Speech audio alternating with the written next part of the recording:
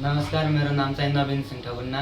म चाहिँ सुदूरपश्चिम प्रदेश दार्चुलादेखि होइन। हाल चाहिँ म सिलगढी दार्जिलिङमा काम गर्थेँ होइन। पछिल्लो समयमा चाहिँ काम गर्दाखेरि चाहिँ अब त्यहाँ होइन मलाई चाहिँ बोलाउनु भएको थियो। मेरो आफैले पढाउनु भएको सरले चाहिँ मलाई बोलाउनु भएको थियो होइन। मैले चाहिँ विगत 6-7 महिनासम्म सिलगढीमा बसेँ होइन। सिलगढीमा बसेर मैले मान्छेलाई लान सकेन होइन। सुरुमा अब जाँदाखेरि चाहिँ त्यहाँनिर चाहिँ होइन 5 दिनको तालिम दिने रहेछ होइन। 5 दिनको तालिममा चाहिँ सुरुमा चाहिँ फर्स्ट डेमा चाहिँ टेबल एडभाइजर र कल्चर दिन्छ, त्यहाँको संस्कार दिन्छ होइन। क्लासमा चाहिँ संस्कार दिन्छ र सेकेन्ड डेमा चाहिँ अब सपना देखाउन लगाउँछ होइन, सपना देखाउन लगाउँछ। र थर्ड डेमा चाहिँ तेस्रो दिनमा चाहिँ नेम लिस्टहरू देखाउन लाउँछ। नामहरू लेख्न पठाउँछ होइन। नाम लेख्न पठाउँछ। नाम लेख्दाखेरि चाहिँ कसरी लेख्ने भन्दाखेरि चाहिँ अब कोही काम गर्ने खोजीमा हुनुहुन्छ, कोही इच्छुक हुनुहुन्छ भने चाहिँ उहाँको मात्रै नाम लेख्नु भनेर 200 जनाको नाम लेख्नको लागि लगाउँछ। र 4 डेमा चाहिँ आफ्नो सेयरिङ भन्ने क्लास दिन्छ। आफूले होइन जिन्दगीमा लाइफमा के कुराहरू गरे, कस्तो कुराहरू गरे भनेर 4 डेमा चाहिँ सेयरिङ भन्ने क्लासहरू दिन्छ त्यहाँ होइन। सेयरिङमा चाहिँ एकदमै रुवाउने खाले क्लास दिन्छ होइन। जबकि 5 दिनमा पुग्यो, 5 दिनमा चाहिँ एउटा क्यालकुलेसन भन्ने सिस्टम राख्नु भएको छ त्यहाँकाहरूले। र 5 दिनमा चाहिँ एउटा क्यालकुलेसन सिस्टममा चाहिँ होइन कसरी काम गर्ने भन्दाखेरि अब आफूले चाहिँ अब अरू साथीभाइहरूलाई होइन मौका दिने भनेर सिकाउँछ त्यहाँनिर होइन। मौका दिने र एकजनालाई लिए बापत होइन आफ्नो पर्सेन्टको हिसाबले दिँदो रहेछ। एकजनाले भने पर्सेन्टको हिसाबले दिँदो रहेछ होइन। र त्यहाँ चाहिँ अब बस्नको लागि चाहिँ कस्तो व्यवस्था गर्छ भन्दाखेरि अब भुइँमा सुताउँछ होइन। खाना पनि त्यतिकै भात र दाल मात्र दिन्छ। दाल पनि एकदमै पुरा पानी दिन्छ होइन। अब भात पनि पुरा मोटा चामलको त्यो होइन। खाँदाखेरि पनि बोमिट आउला जस्तो खाना खुवाउँछ त्यहाँनिर, त्यस्तो खराब खाना। हजुर।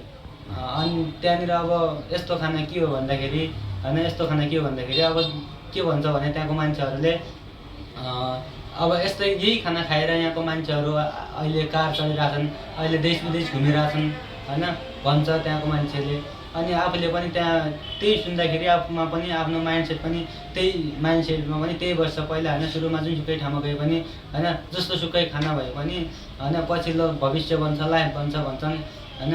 अनि 6औँ दिनमा चाहिँ अन्तर्वार्ता लिन्छन् होइन। अन्तर्वार्तामा पनि अब जे पढाएको छ, जे सिकाएको छ त्यो कुराहरू सोध्छन् तिनीहरूले होइन।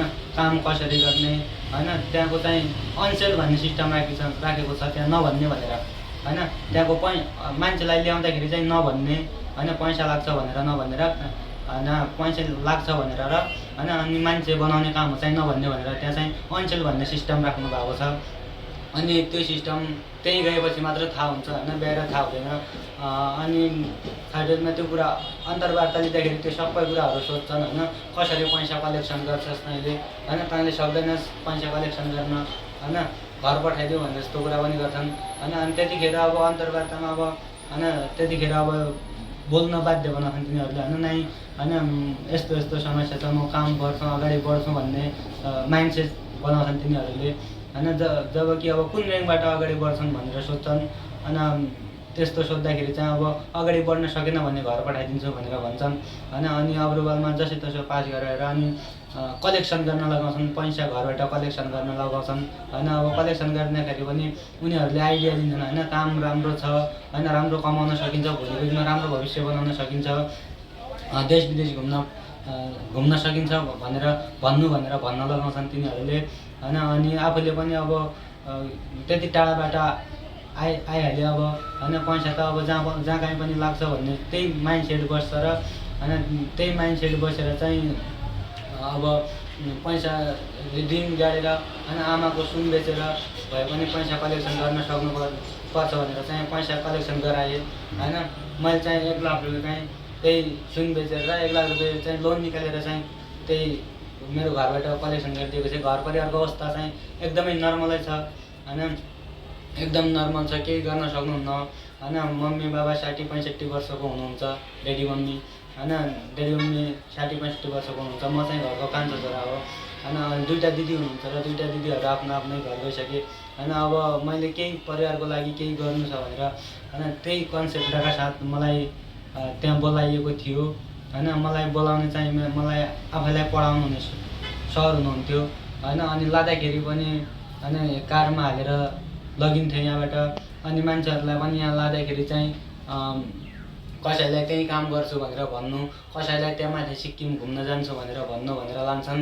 अनि यहाँनिर रोक्दाखेरि कसैले सोद्धाखेरि पनि होइन त्यही झोलाबारी उर्लाबारी त्यहाँ बिर्ता मोड त्यहाँनिर झार्छन् र त्यहाँबाट कारमा हालेर लान्छन् होइन। म चाहिँ के भन्न चाहन्छु, तपाईँ चाहिँ कहाँबाट चाहिँ यता आउनुभयो? जस्तै उताबाट चाहिँ पश्चिमबाट आएर चाहिँ पश्चिमबाट आएर धुलाबारी झरेको। धुलाबारी झर्नुभयो, धुलाबारीबाट चाहिँ अर्को गाडीमा इन्डियन गाडीमा लानु। हजुर, गाडीमा चाहिँ लानुभयो होइन। अब तपाईँको अहिले लगानी कति भयो त्यहाँनिर?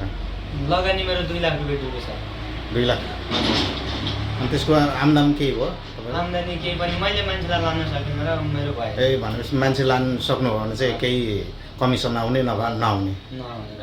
बोनस दिन्छ त्यसले मान्छे लान सक्यो भने होइन। ऊ मान्छेले पनि 2 लाख रुपियाँ कम्पनीमा दियो भने अब उसलाई पनि अब त्यसै ठग्नु पऱ्यो। उसलाई पनि त्यो त्यहाँबाट लानुलाई त उसलाई पनि अब विभिन्न आश्वासनहरू देखाउनु पऱ्यो नि त होइन। देखाउनु पऱ्यो अनि नभए लानुलाई सजिलो छैन। हजुर त्यही भन्छन्। अनि लाँदाखेरि पनि होइन 28,000 भाडा हुन्छ, 30,000 फिक्स स्यालेरी हुन्छ भनेर बोलाउँछन्। तपाईँलाई सुरुमा कति स्यालेरी हुन्छ भन्थ्यो? मलाई 28,800 स्यालेरी हुन्छ, 2 लाख रुपियाँ दियो भने भनेर भन्नु। अरूलाई ल्यायो भने उसले पनि 2 लाख रुपियाँ त्यहाँ कम्पनीमा लगानी गर्यो भने चाहिँ होइन मलाई 28,800 रुपियाँ बोनस आउँछ। तपाईँको कम्पनीको नाम चाहिँ? ग्ल्यामाजोन लाइफस्टाइल। पहिले चाहिँ के थियो? पहिला चाहिँ इम्पोरियम मार्केटिङ प्राइभेट लिमिटेड थियो। अहिले पछि चेन्ज भएको? हजुर। त्यहाँ कतिजना यताबाट नेपालबाट गएको दाजुभाइहरू दिदीबहिनी कतिजना हुनुहुन्छ? त्यहाँनिर हुनुहुन्छ लगभग 150 जना हुनुहुन्छ। त्यहाँ खास के गर्नुहुन्छ? त्यहाँनिर के गराउँछ? केही गराउँदैन त्यहाँनिर। 5 दिनसम्म तालिम दिन्छन् र 5 दिनमा मान्छेलाई बौला जस्तो बनाउँछन् कि त्यहाँ मैले पनि यो व्यक्ति जस्तो बन्न पाएँ भने होइन। उनी ठुल्ठुलो कम्पनीको ठुलो मान्छेहरू कारमा आउँछन् र उनीहरू क्लास दिन्छन् होइन। भन्छन् कि उनीहरू होइन सुरुमा म पनि हिँडेर आएको, मसँग पनि पैसा थिएन होइन, मैले पनि 2 लाख रुपियाँ कम्पनीमा पे गर्नुपर्छ भनेर उनीहरूले क्लास दिन्छन् होइन। सेमिनारहरू दिन्छन्। हामीले डायरी बोकेर कोट प्यान्ट लगाएर जानुपर्छ अफिसमा। त्यो कम्पनी लिगल पनि होइन, इलिगल नै हो होइन, इलिगल हो र इलिगल कम्पनी हो। त्यहाँ नेपाली मात्र छ कि इन्डियन पनि छ? इन्डियनलाई हाल्न पाइँदैन, नेपालीलाई मात्र भन्छ। नेपाली मात्रै? नेपाली ठग्नलाई? नेपालीलाई मात्र भन्छ, इन्डियनलाई ल्याउन पाइन्न भन्छ। इन्डियालाई ल्याउन पाइन्न भन्छ, नेपालीलाई मात्र ल्याऊ भन्छ कम्पनीले। अब तपाईँको विचार चाहिँ के हो? अब तपाईँ त्यहाँबाट जस्तै त्यो कम्पनीमा कति महिना भयो तपाईँ? मलाई चाहिँ 6 महिनाभन्दा एभव भयो। म चाहिँ अब के भन्न चाहन्छु भने त्यहाँबाट चाहिँ कसरी निस्किनु भयो, किन निस्किनु भयो? म चाहिँ त्यहाँबाट कसरी निस्केँ भन्दाखेरि अब अरूहरू सबै अफिस जानुभएको थियो होइन। अनि मसँग होस्टेलको रेन्ट दिनलाई पैसा पनि थिएन। अब घरबाट पनि 2 लाख रुपियाँ मागिए, पहिला काम गर्नको लागि 2 लाख रुपियाँ मागिहाल्यो। अब दोस्रो पटक माग्नलाई पनि अब दिने होइनन् घरबाट होइन। त्यही भएर अरूहरू सबै अफिस गएको थिएँ र म चाहिँ त्यहाँ होस्टेलमा बिरामी भएको छ, म आज होस्टेलमै बस्छु भनेको थिएँ मैले र म चाहिँ अरू अफिस जाने बित्तिकै म चाहिँ भागेर आएको हो त्यहाँबाट कम्पनीबाट। भनेपछि कम्पनीले तपाईँलाई केही गर्छ भन्ने तपाईँलाई भएन, अब डुबेँ भन्ने मात्रै भयो? हजुर नै अब कम्पनीले त्यो फिर्ता पनि गर्दैन। त्यहाँनिर पैसा दिँदाखेरि पनि होइन त्यहाँनिर क्यामेरामा के लगाउँछन् कि म आफ्नो मर्जीले गर्दैछु होइन, म आफ्नो मर्जीले गर्दैछु होइन, म अरूलाई मौका दिन सक्छु भनेर भन्छन्। अनि त्यही हिसाबले त्यहाँनिर त्यही गरेर हुन्छ। अनि 2 लाख 100 रुपियाँको सामानलाई चाहिँ 1000 रुपियाँमा बेचिरहेको हुन्छन्, 1000 रुपियाँको 200को सामानलाई चाहिँ 2000मा बेचिरहेको हुन्छन् र खालि एउटा सर्ट र प्यान्ट दिन्छन् र 10,000 भयो भनेर बिल बसाउँछन् ट्याक्स सहित, 18% ट्याक्स सहित होइन। कति भयो भनेर 10,000मा चाहिँ एउटा सर्ट र प्यान्ट मात्र दिन्छन्। अरू कागज दिन्छन् भाउचर भन्ने भाउचर हो यो अनि यसलाई चाहिँ सेल्स गर्नुपर्छ अरू मान्छेलाई भनेर चाहिँ अरू चाहिँ भाउचर दिन्छ। खानु बस्नु आफ्नै पर्छ। खाना बस्न सुरुको महिना 5,000 पे गर्नुपर्छ होस्टेलमा र दोस्रो महिनादेखि चाहिँ 3,000 रुपियाँ हुन्छ महिनाको। 3,000 रुपियाँ दोस्रो महिनादेखि दिनुपर्छ। अब तपाईँले अब अरूहरूलाई के भन्न चाहनुहुन्छ? जस्तै नेपालका अब थुप्रै दाजुभाइहरू दिदीबहिनीहरू बेरोजगारीहरू वहाँ गएर रोजगार पाइन्छ कि भन्ने आशामा गएका छन्, उनीहरूलाई के भन्न चाहन्छ? र अरू आउन लागि कतिजनालाई थाहा छैन, पछि त्यस्तै फस्न आँटेको हुन्छ होइन? यो भिडियो हेरेर के उनीहरूलाई चाहिँ के सन्देश दिन चाहनुहुन्छ? म चाहिँ अब फसिहालेँ। मै जस्तो सोझा साझा नेपाली दाजुभाइ दिदीबहिनीहरू नफसन् भन्न चाहन्छु होइन।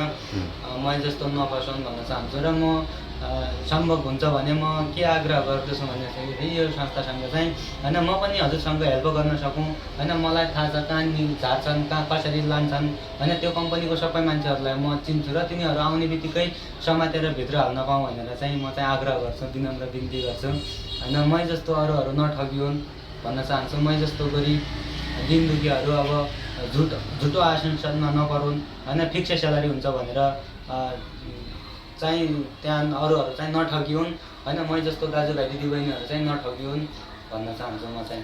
तपाईँले 2 लाख लानुभयो, त्यो 2 लाख चाहिँ घरमै थियो कि ऋण कता के गर्नुभयो, कसरी निकाल्नुभयो? मैले आमाको सुन बेचेको हो 1 लाखको चाहिँ। 1 लाख चाहिँ ऋण खोजेर दिनुभएको थियो मेरो बाबाले। हजुर। मेरो बाबा अब त्यो केही गर्नुहुन्न, 60-65 वर्षको हुन्, 2-4 बाख्राहरू चराउनुहुन्छ। मम्मीले पनि केही गर्न सक्नुहुन्न, त्यही हो। ल